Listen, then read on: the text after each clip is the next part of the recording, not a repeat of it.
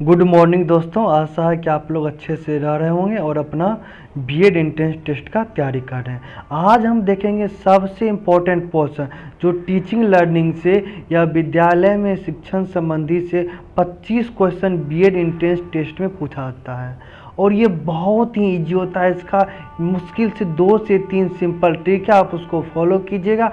आपको हम गारंटी देते हैं बिना रटे हुए 25 में से 17-18 क्वेश्चन जरूर बनेगा। और आप कुछ जो याद करने वाला पॉइंट जैसे ये स्टेटमेंट कौन दिए, वो स्टेटमेंट कौन दिए, तो वो सब भी अगर देख लिए तो आपको आराम से 23-24 मार्क्स आ जाएगा। 25 में 25 क्वेश्चन में आराम से 23 से 24 मिल जाएगा। तो इसका हम टिक देखेंगे। पहला टिक देखिए, सबसे पहले टिक पे देखते हैं, उसके बाद देखिए ये जितना भी क्वेश्चन करवाएंगे सब प्रीवियस ईयर और या एग्जाम में पूछा हुआ क्वेश्चन है बीएड एंट्रेंस टेस्ट में, तो आप उसको देखिए और समझिए, आपको बहुत सुविधा होगा। तो हम पहला टिक देखते हैं। देखिए आप लोग का बीएड एंट्रेंस टेस्ट दीजिएगा तो क्या बनेगा, टीचर। तो टीचर का 2 काम है, एक जिम्मेदारी लेना, कुछ भी होगा जिम्मेदारी किनका होगा, कुछ भी दिक्कत हुआ जिम्मेदारी किनकी, टीचर की। और दूसरा क्या होगा, ये पहला हो गया जिम्मेदारी, दूसरा हो गया नेतृत्व करना। और मान ली बच्चा नहीं पढ़ रहा है तो किसकी जिम्मेदारी हुई, टीचर की, मतलब उन्हीं में कोई फॉल्ट है। और बच्चा का विकास नहीं हुआ तो किनका फॉल्ट हुआ, ये टीचर का ही फॉल्ट हुआ। इतना बात अगर आप ध्यान रखिए और उस क्वेश्चन को कॉमन सेंस यूज कीजिए तो आपको आराम से बनेगा। आप बस यही समझिए कि हम टीचर ने, कुछ भी दिक्कत हुआ तो जिम्मेदारी मेरी हुई है। तो अब चलिए पहला क्वेश्चन लेते हैं।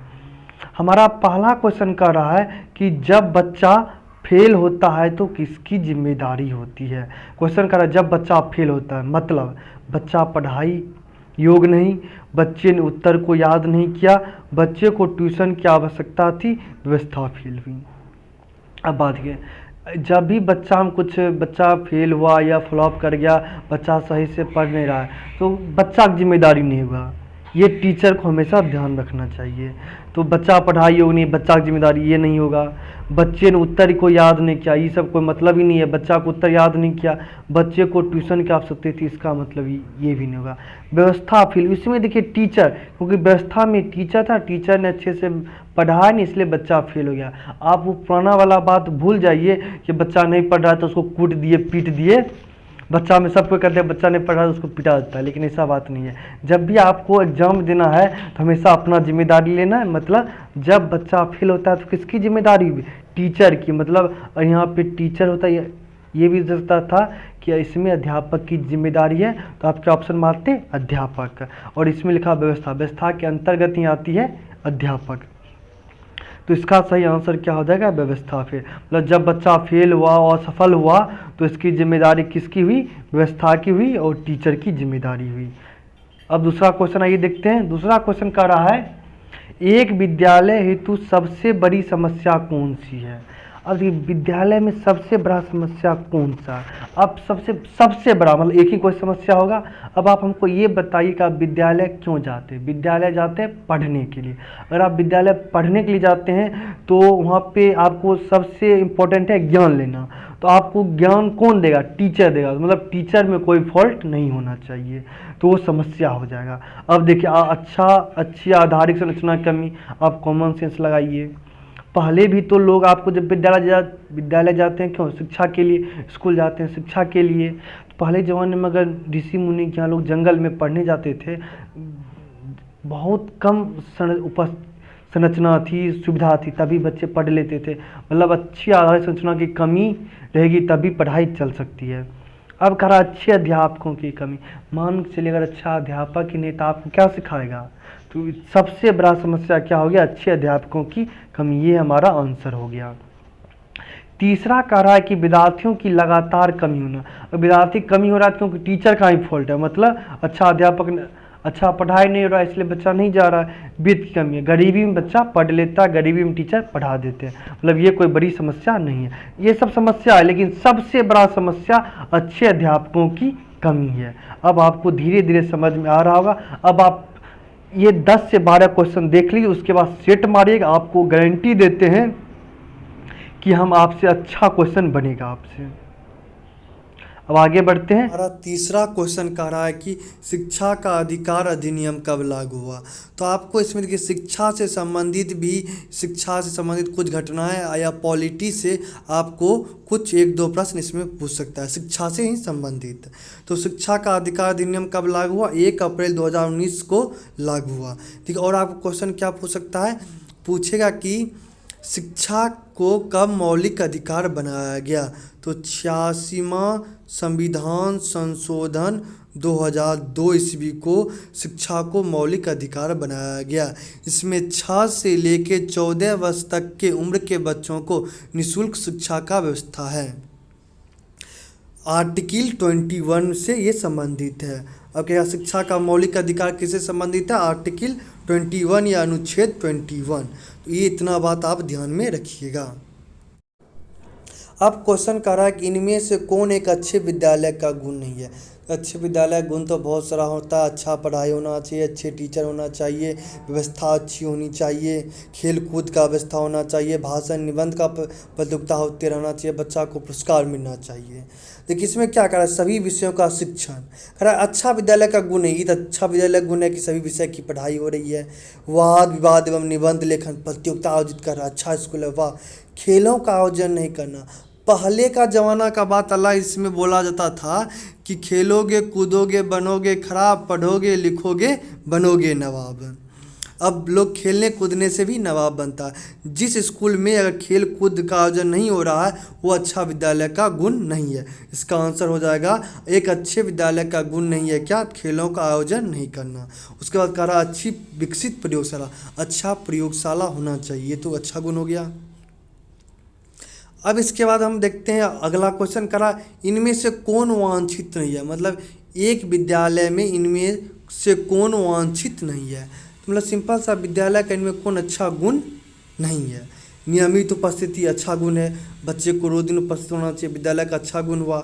अच्छा व्यवहार एकदम अच्छा बात है। दैहिक दंड मतलब यही बात कर रहा है कि बच्चे को मारना पीटना नहीं चाहिए। इस पर बहुत सारा नियम भी बन चुका है। तो अच्छा विद्यालय का गुण, अच्छा विद्यालय का अवगुण या इनमें कौन वांछित नहीं है, जरूरी नहीं है। मतलब बच्चे को पीटना या दैहिक दंड पुरस्कार देना अच्छी बात है। इसका आंसर क्या हो गया? एक विद्यालय में इनमें से कौन वांछित नहीं है? दैहिक दंड।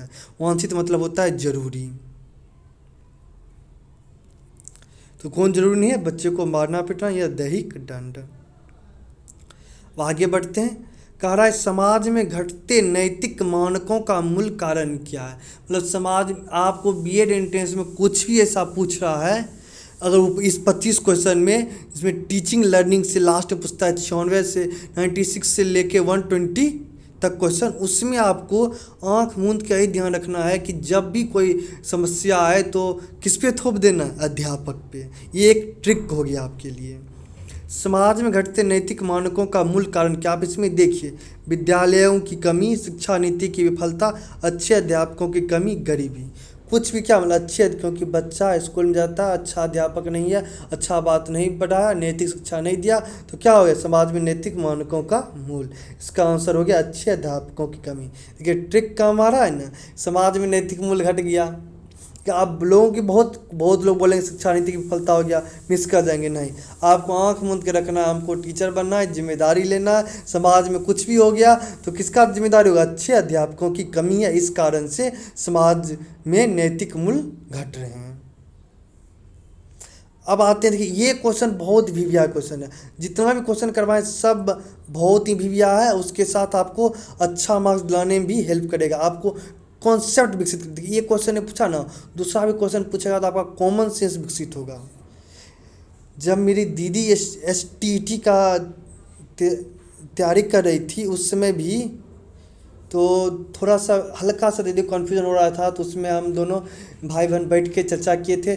तो दीदी का भी मतलब एक ही सेट दोनों भाई बहन बैठ के चर्चा किए, तो उसमें अच्छा दीदी का पहले 20 में 15-10 बनता था और अचानक से एक सेट मतलब 20 से 30 क्वेश्चन चर्चा किए तो दीदी का 20 में से 18 क्वेश्चन बनने लगा था। तो बस चर्चा करना है, डिस्कशन करना है, ट्रिक खोजना। हम दोनों भाई बहन मिलके इसमें बहुत सारा ट्रिक खोजे थे आज से 2 साल पहले, तो वही ट्रिक सब जगह काम कर रहा है। देखिए इसमें कह रहा है कि इनमें से कौन देखिए ये क्वेश्चन भी बहुत ही इम्पोर्टेंट है, वीवीआई क्वेश्चन है, वो एग्ज़ाम में पूछे जाने का संभावना है। एक बात और आपको बताते हैं, ये सब क्वेश्चन है ना कि आपका अगर आप मुश्किल से 20 से 30 क्वेश्चन मेरा वीडियो का कर ली जो करवा रहे हैं वो कर लीजिएगा तो आपको बहुत अच्छा फ़ायदा करेगा। देखिए आज से 2 साल पहले जब मेरी दीदी एसटीईटी का बिहार एसटीईटी का एग्ज़ाम का तैयारी कर रही थी तो उसमें भी टीचर लर्निंग से क्वेश्चन पूछाता था। तो दीदी 10 क्वेश्चन बना रही थी 20 में से 20-25 में से। तो क्या कि हम दोनों भाई बहन बैठे उसमें बहुत सारा ट्रिक निकाले और मतलब तो सोचिए ना कि 20 क्वेश्चन सॉल्विंग के बाद ही मतलब बहुत सारा ट्रिक निकाल के मेन ट्रिक निकाले जो आपको बताएं 2-3 ट्रिक निकाले और उसके बाद दीदी का 2 से तीसरा सेट जाते जाते ही 18 क्वेश्चन 20 में से बनने लगेगा।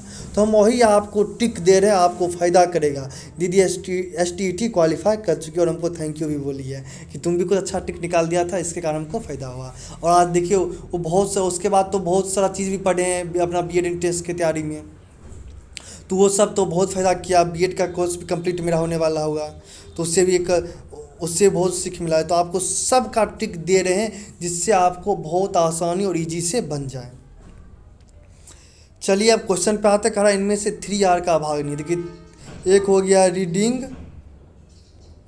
एक हो गया राइटिंग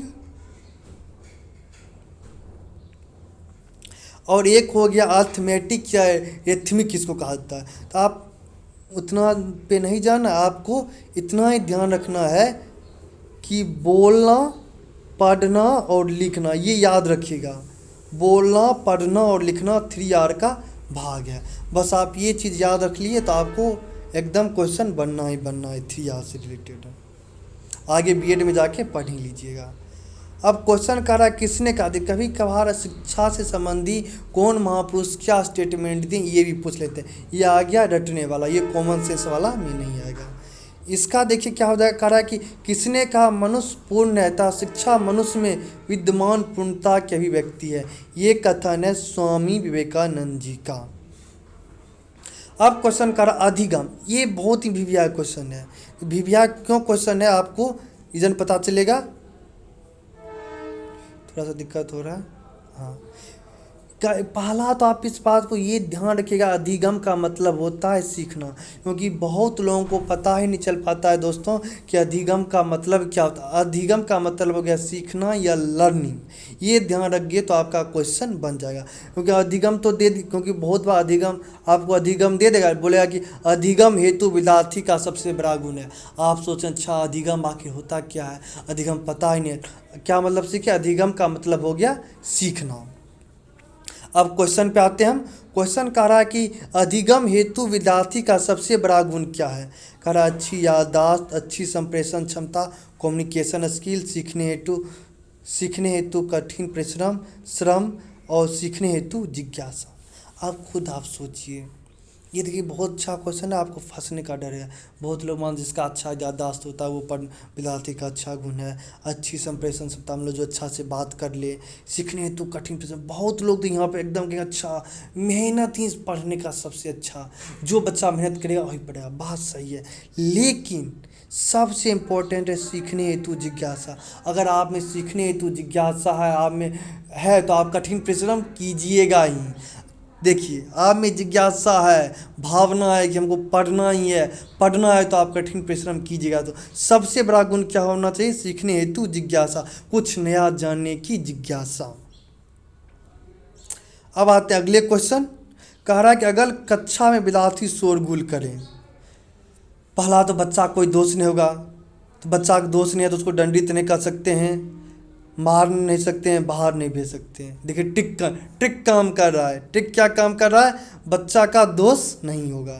अगर कक्षा में विद्यार्थी शोरगुल कर रहा है तो बच्चा का दोष ही नहीं तो उसको दंड काहे कीजिएगा, उसका गलती नहीं तो मारिएगा क्यों, उसको बाहर क्यों भेजिएगा। क्या कीजिएगा, उसको क्रियाओं में, उसको अच्छा एक्टिविटी में शामिल कर लीजिए, संलग्न कर लीजिए, ऐसा पढ़ाइए, ऐसा कुछ खेलते खेलते ही पढ़ा दीजिए कि बच्चा उस एक्टिविटी में शामिल हो जाएगा। एक्टिविटी में शामिल हो गया तो आपको हल्ला नहीं करेगा। अब आते हैं नेक्स्ट क्वेश्चन। कह रहा है कि निम्नलिखित विद्यार्थियों में अधिगम, सीखने को ब्रैकेट में बंद कर लीजिए, सीखने के लिए निम्न में कौन सर्वाधिक प्रभावी है। अब एक सिंपल सा एग्जांपल ले लेते हैं। अब मान लीजिए किसी बच्चा को रोटी बनाना सिखाना है। रोटी बनाना भी अधिगम क्या हो गया? सीखना। रोटी बनाना भी एक प्रकार का अधिगम है। अगर आपको कोई लेक्चर दे दे ऐसे रोटी बनाओ, ऐसे रोटी बनाओ, ये बात ध्यान रखिएगा। कोई आपको लिख के दे दे ऐसे रोटी बनाने का विधि ये है। कोई आपको कैसे रोटी बनाएगा, आपको सामने में बैठा के आटा लाए, गूँथ के दिखाए, आपको बोले आटा गूँथो, इतना पानी डालना है, रोटी को ऐसे ऐसे को, उसके बाद कोई रोटी बना के आपको चित्र दिखा दे कि रोटी बनाने का ये चित्र है, रोटी ऐसा बनेगा। आप ही बताइए किस में आप ज़्यादा अच्छा सीखिएगा? तो जिसमें आपको निर्देशित क्रिया, गाइडेड एक्टिविटी, कोई निर्देश कर रहा है ऐसे करो ऐसे करो, और रोटी कैसे बनाने का विधि है आप कर रहे हैं और वो देख रहा है, आपको सुझाव दे रहा है। इसका आंसर क्या हो जाएगा? निर्देशित क्रिया। कोई लेक्चर देख के चल जाएगा तो आपको रोटी बनाना सीखे, सब ज़्यादा किस में सीखेगा? निर्देशित क्रिया में, गाइडेड एक्टिविटी में। नेक्स्ट क्वेश्चन की ओर आते हैं। कह रहा है कि विद्यालयों में अनुशासनहीनता के लिए एक उत्तरदायी कारण क्या? किसका दोष होगा? टीचर का। बच्चा का कोई दोष नहीं है। देखिए, शिक्षकों द्वारा नेतृत्व प्रदान करने में कमी, इसमें स्पष्ट दिख रहा है कि शिक्षकों की इसमें कमी है। आप इतना बात समझ लिया, आप हंसी भी आ रहा होगा कि आंसर यही ट्रिक, यही मेन ट्रिक है कि बच्चा नहीं पढ़ रहा, बच्चा को समस्या हो गया, बच्चा फेल हो गया, टीचर की कमी है, व्यवस्था की कमी है, बाकी बात किसी कमी नहीं। अभिभावक हस्तक्षेप कर रहा है, कोई दिक्कत नहीं। अगर आप सही से करते, अगर शिक्षक सही से नेतृत्व करता तो अध्यापक को दिक्कत ही नहीं होता। देखिए, बढ़ती आकांक्षा, अगर टीचर सही से समझा दे तो बच्चा को दिक्कत नहीं होगा। आर्थिक परेशानी, बच्चा गरीबी में पढ़ ही लेता है। तो मतलब अनुशासनहीनता का सबसे बड़ा कारण शिक्षकों द्वारा नेतृत्व प्रदान करने में कमी। नेक्स्ट क्वेश्चन अब यहाँ पे ख़त्म हो गया। अब देखिए कुछ और बात, आप टिक को ध्यान रखें। कौन कौन टिक को आपको ध्यान रखना है? पहला टिक ये रखना है कि शिक्षक में कुछ भी दिक्कत हुआ तो शिक्षक में दोष है। दूसरा, बच्चा का कोई दोष नहीं होता है। शिक्षक का क्या काम है? जिम्मेदारी लेना, नेतृत्व लेना। बच्चा का एक ही काम है, उसको पढ़ने में जिज्ञासा होना चाहिए। बाकी कुछ भी होगा तो शिक्षक दोषी होगा। और एक बात और, आप इसका हम 3-4 पार्ट और लाएंगे जिससे आपको सुविधा हो। और आप एक काम और कीजिए, आप टेलीग्राम पे जाके उपागम